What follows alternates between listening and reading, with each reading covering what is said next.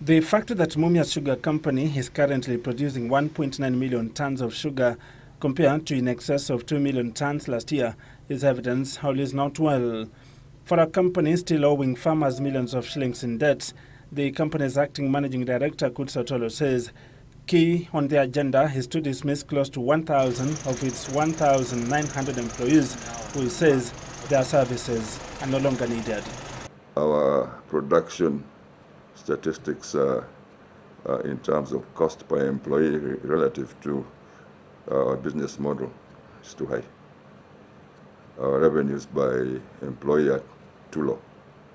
Otolo, while revisiting immediate steps he intends to employ in revamping the sleeping giant mill, also says top on his agenda is to revise contracting modalities entered between the sugar farm and its 35,000 farmers, some of who have since pulled out. We're looking at that model. We want to see whether we can slowly move away from a contracted relationship with the farmer so that we look at them as suppliers of raw material like any other supplier. We go list their farms, for example, so that we have ownership of the farms on a lease basis. Introduction of variety seed canes, inculcating the culture of transparency in the manner canes are weighed, prompt payment of farmers at most within 30 days as opposed to the current 1 year, and reduction of abnormal deductions imposed on the farmers, especially transport and farm input cost, he says, are key issues that need urgent redress.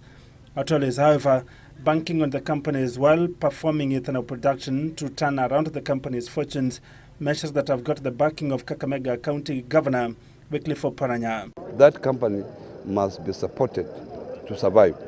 But before we do so, there are also structural issues that they need to look at.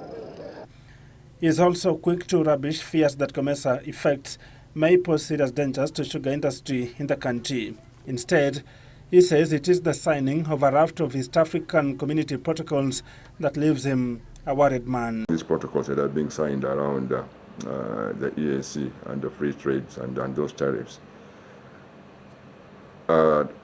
will, I think, introduce, I think some of it has happened, will introduce importation of sugar from the COMESA countries at zero tariff.